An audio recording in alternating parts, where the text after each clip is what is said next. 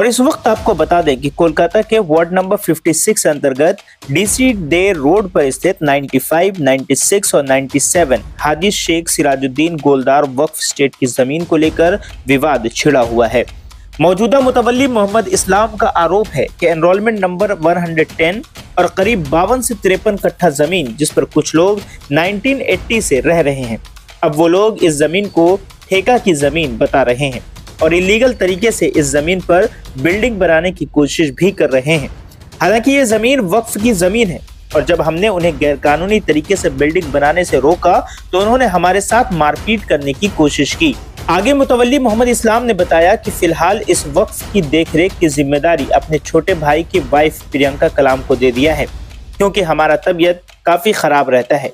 वहीं प्रियंका कलाम ने आरोप लगाते हुए कहा कि कुछ लोग रूलिंग पार्टी का जोर दिखाकर इस वक्फ की जमीन को हड़पना चाहते हैं। जब हम लोग उन्हें ऐसा करने से रोक रहे हैं और बाधा बन रहे हैं तो ये लोग हमें धमकियां दे रहे हैं और उनके जान की दुश्मन बने हुए हैं। इस बात की शिकायत इंटाली थाने में भी की गई है और ये मामला केएमसी और कोर्ट में भी चल रहा है। इसी बीच मुतवल्ली मोहम्मद इस्लाम और इस वक्फ की देखरेख कर रही प्रियंका कलाम ने मुख्यमंत्री ममता बनर्जी, मेयर फिरहाद हकीम और कोलकाता पुलिस से मदद की गुहार लगाई है। आइए सुनते हैं। मेरा नाम है मोहम्मद इस्लाम, एज ए मुतवल्ली स्टेट के। ये स्टेट है हाजी सिराजुद्दीन गोलदार के, समझ गए ना। इसी नंबर 110 95 वक्फ औलाद है और 95, 96, 97 का मुतवल्ली है। 95, 97 डीसी रोड कलकत्ता 15। कब से आप लोग? हम लोग हैं 1873 से। बुनियादी हम लोग हैं यहाँ का वक्फुल औलाद है। कितना जगह है पूरा वक्फ का यहाँ पर? यहाँ पर लगभग लमसम है आपका 53 कट्टा। अभी क्या प्रॉब्लम पेश आ रहा है? अभी जो है हम लोग का जो टेनेंट पहले जो थे वो तो है ही नहीं है। इन लोग कब से आया है और इलीगल बिल्डिंग करने के लिए ये कर रहा था, उसका लिए केस चल रहा किए हैं हम लोग।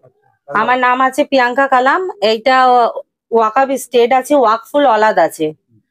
এখানে প্রেজেন্ট মাতবাল্লি আমার ভাসুর আছে, আমি আছি ওনার ভাইয়ের ওয়াইফ। অ্যাকচুয়ালি ব্যাপারটা হলো আমাদের 97, 95, 96 এন্ড 97 ডিসিডে রোড হচ্ছে হাজি সিরাজুদ্দিন গোলদার, ইসি নাম্বার 110। এটা ওয়াক অফ অলাদ আছে। আচ্ছা, ব্যাপারটা হচ্ছে এখন 97 এর কিছু লোক দখলদারি করে বসে আছে যারা ঠিকা টেনেন্ট বলে নিজেকে মানে দাবি করতে চাইছে।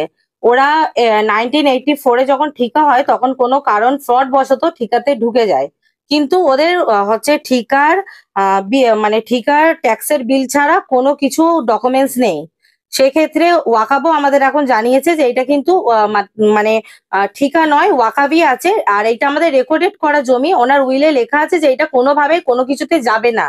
আচ্ছা, এখন যেটা ব্যাপার হয়েছে 97 এ ইললিগাল ওরা বিল্ডিং করতে চাইছে। কিছুজন করে মানে মারকোঠা বা একতলা দুতলা করেছে, কিছুজন আবার বড় প্রমোটার ঢুকিয়ে করতে চাইছে, সে জায়গায় ওরা বাধা পাচ্ছে।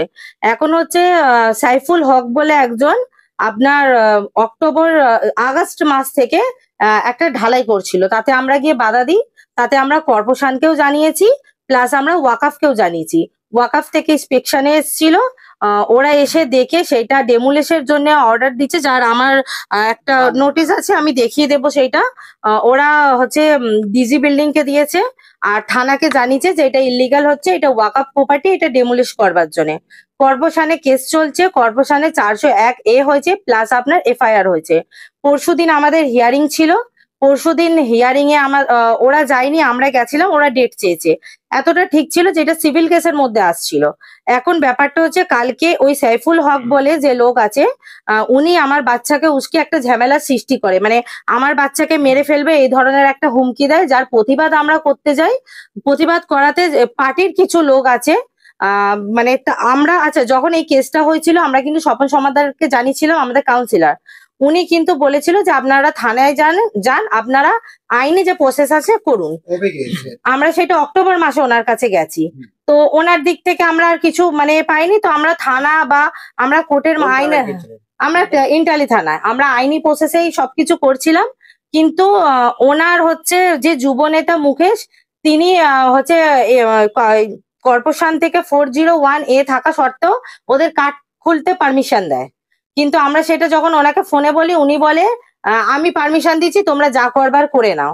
উনি পুরো ওদের মদত করছে, মানে ওই মুকেশ বলে যিনি আছে। আর আমাদের এখানে কয়েকজন যারা আছে অ্যান্টি সোশ্যাল, মোহাম্মদ আমির, খেরুদ্দিন, তার নাম খেরুদ্দিন, রিজওয়ান, পাপির নাম মোহাম্মদ সানি, আচ্ছা আজলাম, ইলিয়াস খান, আর হচ্ছে সাইফুল হক।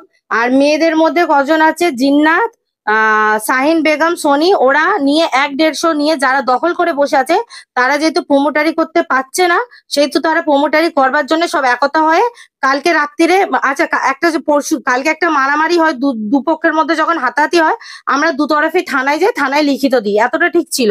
কালকে রাত্রিরে ওরা এসে আমাদের ঘরে 1-150 লোক নিয়ে চড়াও হয়, টাইম 10:30 নাগাদ। আমরা লাস্টে বাধ্য হয়ে লোকাল থানা ফোন করি, প্লাস 100 ডায়াল করে লালবাজারকে ডাকি, লালবাজার এসে তাদের সরায়। আর আমাদের মহিলাদের শিলতাহানি প্লাস মারবার হুমকি দিচ্ছে। আজকেও সেম, আপনারা এসছেন, আপনারা হয়তো দেখতেই পাচ্ছেন যে কেমন চিল্লামিল্লি করছে। এসে এখনো তারা ঘরে ঢুকে আমাদের মারবার একটা মানে চেষ্টা করছে। আর ওরা আমাদের ঘর থেকে বের করে ঘর দখল নেওয়ার চেষ্টা করছে, পুরো ওয়াকআপ প্রপার্টি ওরা দখল নিয়ে হচ্ছে বিল্ডিং করবে। আসল মুদ্রা এই, ওরা এখন এটা ক্রিমিনালে নিয়ে গেছে মারামারিতে, কিন্তু আসল মুদ্রা ওদের এইটাই হচ্ছে ওয়াকআপ প্রপার্টি কিভাবে দখল করে এইটাকে বিল্ডিং করা যায়। আপনি যে নামটা বললেন মুকেশ, মুকেশ কে? মুকেশ হচ্ছে যুব নেতা, এই 56 ওয়ার্ডের যুব নেতা। কোন দলের? টিএমসি। আচ্ছা, আপনি যাদের যাদের নাম বলে এরা কি সবাই টিএমসির কর্মী আছে? হ্যাঁ, টিএমসির কর্মী আছে তারা। আপনি কিছু পার্টি উটি করছেন? আপনি না না, আমি সাধারণ মানুষ, আমরা খেটে খাই, আমরা কোনো পার্টিতে নেই। ওরা এক কাট্টা হয়, যার জন্য আমাদের উপর এত অত্যাচার। কত কাঠা আছে?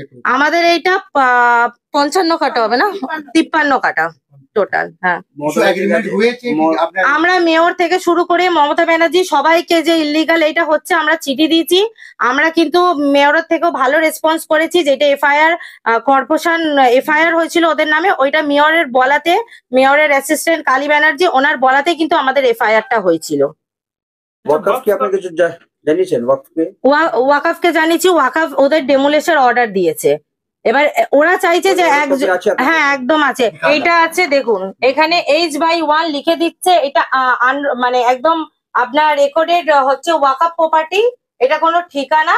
এইখানে ওরা ইল্লিগাল করছে, আর এইটা সব পার্টির ছেলেরা মদত করছে। এটা কর্পোরেশন থেকে 401 এফআইআর হয়েছে। কবে হয়েছে ডেটটা?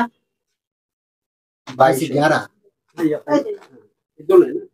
মানে এমনকি আমাদের ঘরে ঢুকে মেয়ে ছেলে নিয়ে, যাতে কোনো কেস না হয়, মেয়ে ছেলে নিয়ে মারবার হুমকি দেখাচ্ছে। আর মানে কালকে যে ঝামেলাটা হয় তাতে বলছে যে আমরা মেরেছি, আমরা বাঁচবার জন্য আমরা নিজের করেছি, বলছে মেরেছি।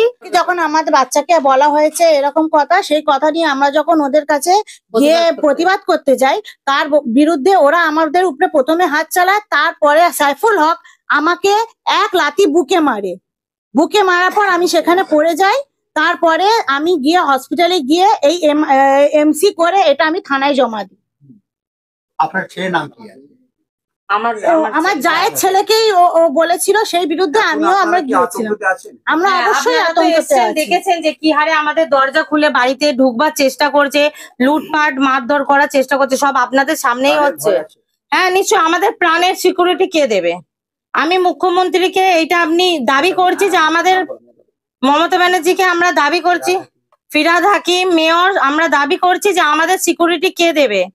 এই সমস্ত চলতে গেলে আপনারা প্লিজ আমাদের দিকে একটু দেখুন। আমি এটাই আবেদন করব, এত অত্যাচার হচ্ছে, আমি জানি না মানে পার্টির আরে কি হচ্ছে এইসব, আপনি প্লিজ একটু এই দিকে একটু দৃষ্টি দিন। মানে এত ওয়াকআপ প্রপার্টি নিয়ে সারা দেশে যেমন একতা শুরু হয়েছে, আমরা এখানে ওয়াকআপ প্রপার্টি বাঁচানোর জন্য অনেক চেষ্টা করছি, বাট কিছু মানে ইললিগাল যারা পার্টির নামে মিথ্যে পার্টির অ্যান্টি সোশ্যাল লোক বসে রয়েছে, তারা এই সমস্ত কাজ করছে। আপনি প্লিজ একটু এইদিকে দৃষ্টি দিন। আমি আবেদন করব Kolkata police plus Entally DC Lalbazar, আপনারা আমাদের একটু সিকিউরিটি দেওয়ার চেষ্টা করুন। এটা আমাদের আবেদন আপনাদের কাছে। अगर आप भी मेडिकल इमरजेंसी से परेशान हैं तो बंगाल कंसल्टेंट आपके लिए लेकर आया है अपोलो हॉस्पिटल और Asian institute of nephrology and urology में खास सेवाएं।